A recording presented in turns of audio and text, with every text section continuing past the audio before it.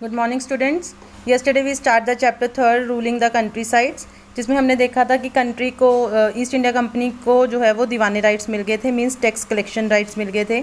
उसके बाद उन्होंने कॉर्नवालिस जो है वो परमानेंट सेटलमेंट सिस्टम लेके आया, जो कि फेलुअर था एक। और उसके बाद मैकेंजी ने जो है वो महलवाड़ी सिस्टम, फिर रोहितवाड़ी सिस्टम। तो ये वेरियस सिस्टम जो है वो ब्रिटिश ईस्ट इंडिया कंपनी ने जो है वो ट्राई किए टैक्स कलेक्शन के, लेकिन लोग बहुत ज़्यादा पेजेंट्स जो हैं वो बहुत ज़्यादा सेटिस्फाइड नहीं थे इन सिस्टम से। तो नेक्स्ट हम पढ़ेंगे, जो आज हमने करना है, क्रॉप्स फॉर यूरोप। तो अब ब्रिटिशर्स को या ईस्ट इंडिया कंपनी को अब ये समझ आने लगा कि जो गांव का एरिया है, मींस जो कल्टीवेशन और फार्मिंग वाला एरिया है, वहाँ से ना हमें सिर्फ टैक्स कलेक्शन हो सकती है, रादर देन हम वहाँ से वो क्रॉप्स ग्रो करा सकते हैं जो हमें यूरोप में चाहिए। ठीक है।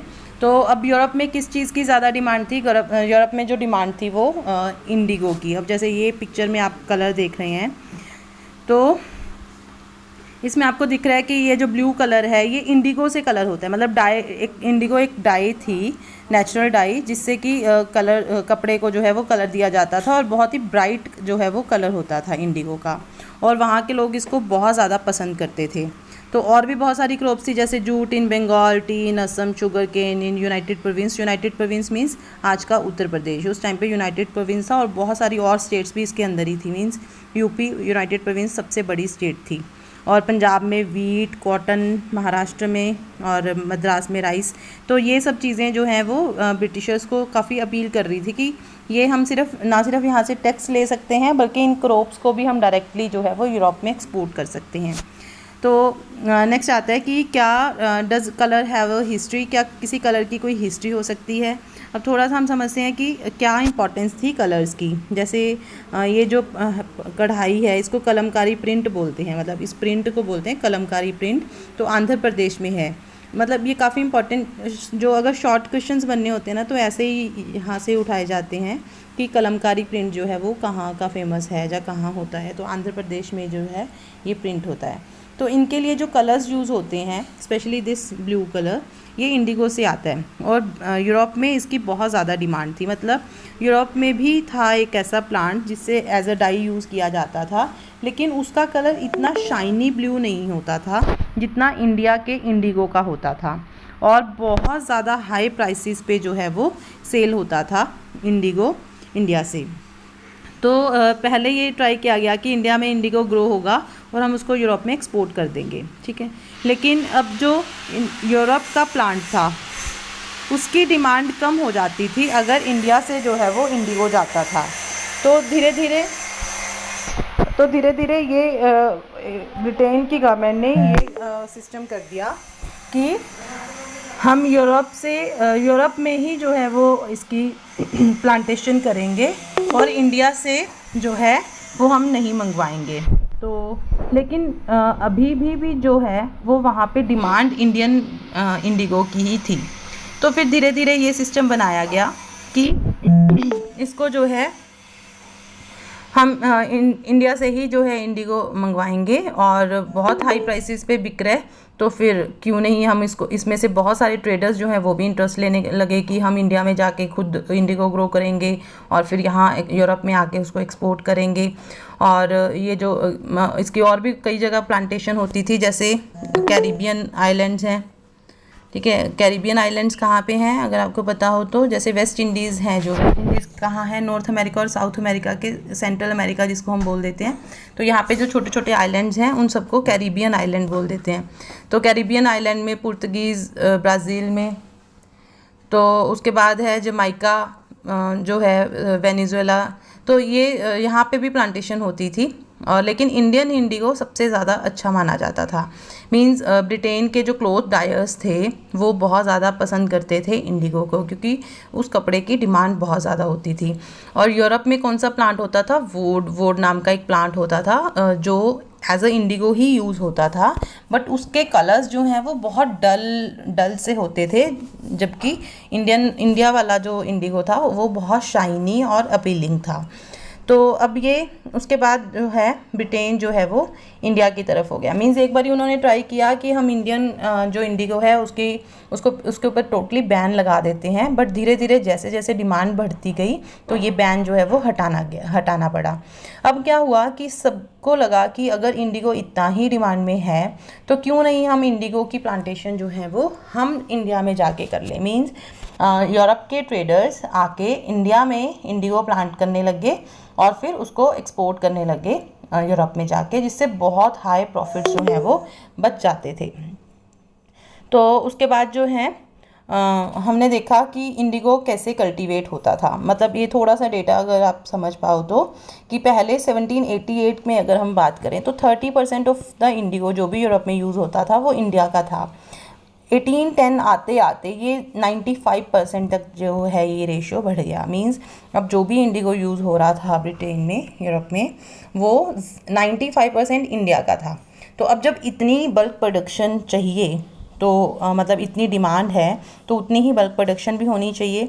तो अब कैसे कल्टीवेट होता था इंडिगो कल्टीवेट करने के लिए, क्योंकि अब ये बहुत कमर्शियल क्रॉप हो गई थी। मतलब ऐसा नहीं है कि इतना ही होगा, मतलब उनको बहुत बल्क प्रोडक्शन चाहिए थी।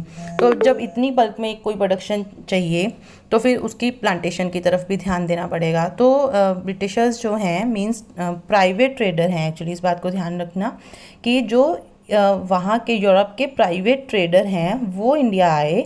उन्होंने एक ऐसा सिस्टम बना दिया, दो तरह के सिस्टम चलाए। फर्स्ट वन इज़ निच एंड सेकंड इज़ रॉयल्टी। निच में क्या था कि हम इस लैंड के ऑनर हैं, आप एज अ टीलर खेती करिए और प्रोड्यूस हमें दे दीजिए, आपका जो भी शेयर होगा वो आपको मिल जाएगा। तो इस तरह से ये निच सिस्टम था। लेकिन निच सिस्टम में क्या होता था कि मतलब फैक्ट्रीज भी लगा दी गई थी, बट पेजेंट्स जो है वो सेटिस्फाई नहीं थे। मतलब इंडिगो में बहुत लार्ज नंबर ऑफ इक्विपमेंट्स और लेबर चाहिए थी। अब जब लोगों के पास राइस कल्टीवेशन है, मान लो अब मेरा एक खेत है जिसमें मेरे पास राइस भी है और मुझे इंडिगो भी ग्रो करना है। राइस मुझे अपने खाने के लिए चाहिए, तो इंडिगो मेरे लिए इतनी इंपॉर्टेंट नहीं है, तो फिर मैं उसकी तरफ ध्यान नहीं देना चाहूँगी। अब लेबर उधर भी चाहिए, राइस के लिए भी और इंडिगो के लिए भी। तो लोग जो है वो राइस के लिए लेबर लगाना ज़्यादा प्रीफर करते थे। मीन्स अब इस बात को समझिए, एक बीघा ज़मीन है, जैसे बीघा एक यूनिट है लैंड को मेजर करने का। तो अब अगर एक बीघा में 2 प्लोस चाहिए, मतलब वो जो हल होते हैं, ठीक है। तो अब अगर किसी के पास 1000 बीघा ज़मीन है तो उसको 2000 प्लोस चाहिए, ठीक है। अब ये सारे प्लोस तो लगे हुए हैं राइस की कल्टीवेशन में, तो कोई खाली ही नहीं है, ना ही कोई लेबर खाली है, ना ही कोई बुलक्स खाली है, ना ही कोई प्लो खाली है। तो लोग क्या करते थे, इंडिगो को इग्नोर करते थे। तो ये सारी जो सिस्टम, ये प्रॉब्लम थी, ये इंडिगो निज सिस्टम में थी। उसके बाद नेक्स्ट सिस्टम बनाया गया रोहिती सिस्टम। तो अब इसी का अल्टरनेट सिस्टम था। इसमें क्या था कि एक एग्रीमेंट साइन कर लिया जाता था कि आपको ही काम करना है, बस आप हेडमैन को इतना शेयर जो है वो आप दे देंगे और उसका मतलब 25% जो है। अब इसमें ये सिस्टम बना दिया कि अगर आपके पास कितनी भी लैंड है उसका 25% आप अपनी इंडिगो की खेती के लिए यूज़ करिए, बाकी अपना 75 किसी भी और क्रॉप के लिए जो भी आपको सही लगता है वहाँ यूज़ कर सकते हैं। बट अब इसमें प्रॉब्लम क्या थी कि एक्चुअली फार्मर्स को इंडिगो में प्रॉब्लम क्या थी। पहली बात तो उनको तो प्रॉफिट मिलता नहीं था उतना जितना ट्रेडर्स प्रॉफिट अर्न करते थे। तो जब उनको इतना प्रॉफिट मिल ही नहीं रहा है तो वो उधर इंटरेस्ट ही नहीं देंगे। सेकेंडली प्रॉब्लम क्या आती थी कि लेबर ज़्यादा चाहिए होती थी। थर्डली प्रॉब्लम थी कि जो इंडिगो की रूट्स थी वो बहुत डीप चली जाती थी, जिसके कारण वो बहुत ज़्यादा वाटर एब्जॉर्ब करती थी और उस लैंड को थोड़ा लेस फर्टाइल बना देती थी। मतलब इंडिगो की फार्मिंग ऐसी थी कि लैंड को लेस फर्टाइल बनाती थी, जो कि नेक्स्ट जब क्रॉप ग्रो होती थी वो अच्छे से नहीं हो पाती थी। तो ये सब प्रॉब्लम्स जो हैं वो फार्मर्स जो हैं वो फेस कर रहे थे, लेकिन उन लोगों को ये बातें समझ नहीं आती थी, इस ब्रिटिशर्स को। तो उसके बाद ब्लू रिबेलियन आया, बहुत बड़ा आप कह सकते हैं कि रिबेल हुआ इंडिगो की फार्मिंग को लेके। तो 1859 में जो है थाउजेंड्स ऑफ रॉयट्स बंगाल के जो हैं उन्होंने इंडिगो ग्रो करने के लिए रिफ्यूज़ कर दिया। इतनी ज़्यादा लड़ाई बढ़ गई, मतलब वो स्वॉर्ड्स, स्पीयर्स, बोws लेके जो है वो लड़ाई पे आ गए। मतलब जो ब्रिटिश ट्रेडर्स होते थे उनके पास कुछ लाठियाल्स होते थे, मतलब वो अपने साथ कोई ऐसे लोग रखते थे जो कि अगर उनकी बात ना माने तो वो उनको मारते पीटते थे। तो अब इन्होंने क्या किया कि चाहे लाठियाल जाएं, चाहे कोई भी आए, हम कोई बात नहीं मानेंगे। हम इनको मतलब पीजेंट्स जो हैं वो हर किसी को मारने लगे थे जो ब्रिटिशर ट्रेडर्स के फेवर में होते थे। मतलब उनको किसी भी हालत में जो है वो इंडिगो ग्रो अप नहीं करना था। और ये सब बातें जो है वो 1859 की हैं। अब ध्यान से इस डेट को समझिए। 1859 से पहले 1857 का रिवोल्ट हो चुका था। ठीक है, 1857 का बहुत बड़ा रिवोल्ट था, उसको आप फर्स्ट वॉर ऑफ इंडिपेंडेंस बोल सकते हो, जो कि अनसक्सेसफुल था, बट वो एक अच्छा अटैम्प्ट भी आप कह सकते हो। तो अब इसके बाद जो है ईस्ट इंडिया कंपनी जो है, मतलब ब्रिटिश गवर्नमेंट जो है, वो अब इतना रिस्क नहीं ले सकती थी। एक रिवोल्ट के बाद वो दूसरा रिवोल्ट नहीं अफोर्ड कर पा रहे थे। तो उनको लगा कि इस चीज़ को टैकल तो अब हमें करना ही पड़ेगा। तो अब जो है गवर्नमेंट ने थोड़ा इंटरप्ट करना शुरू करा। उनको लगा कि फार्मर्स के फेवर में हमें थोड़ा तो बोलना ही पड़ेगा। तो लेफ्टिनेंट गवर्नर जो है वो यहाँ आए, उन्होंने मैटर को देखा और उन्होंने कहीं ना कहीं थोड़ा ब्रिटिशर्स का साथ दिया। तो लोगों को लगा कि अब तो गवर्नमेंट भी हमारे साथ है, मतलब ब्रिटिश गवर्नमेंट भी हमारे साथ है और क्वीन विक्टोरिया हमारे साथ है। तो उन्होंने अपना जो रेबेल था उसको और फास्ट कर दिया। मतलब ब्रिटिश गवर्नमेंट तो चाह रही थी कि हम इनके रिबेल को एक बार सप्रेस कर दें इनका फेवर करके, लेकिन लोगों को लगा कि ये लोग तो हमारा साथ दे ही रहे हैं, तो इन्होंने अपने रिबेल को और फास्ट कर दिया। तो अब इस रिबेलियन पीजेंट्स से जो है वो ब्रिटिश गवर्नमेंट एक तरह से डर गई।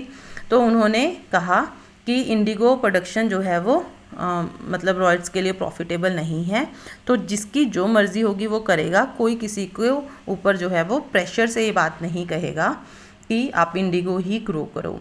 तो अब थोड़ा सा जो हमारी मॉडर्न हिस्ट्री में आ जाएगा कि जब इंडिगो का ये सब इशू चल रहा था, तब आपको अगर याद हो चंपारण वाला बहुत बढ़िया, आपने कहीं ना कहीं ये ज़रूर सुना होगा।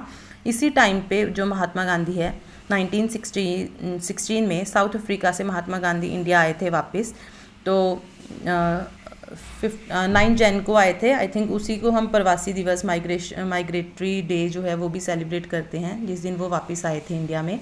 तो जब वो यहाँ आए तो जो बिहार में ये चंपारण में ये सब इंडिगो को लेके हंगामा हुआ था, तो वो लोग महात्मा गांधी के पास गए कि हमारा ये केस जो है वो आप हैंडल करिए। और महात्मा गांधी जी की ये फर्स्ट जीत थी जो उन्होंने ब्रिटिशर्स को कन्विंस करा कि हमारे फार्मर्स जो हैं वो ये इंडिगो ग्रो नहीं करेंगे अगर वो नहीं चाहते तो इस तरह से जो है महात्मा गांधी जी का मतलब एक पॉलिटिक्स में एक इम्पॉर्टेंट रोल, फर्स्ट टाइम मतलब एक इम्पॉर्टेंट रोल जो है वो सामने आया। इसके बाद हर प्रॉब्लम के सल्यूशन के लिए लोग उनके पास जाते थे। तो आगे हम देखेंगे कि क्या क्या हुआ। तो this is all about this class. Hope आप सबको समझ आया होगा। Thank you and have a nice day.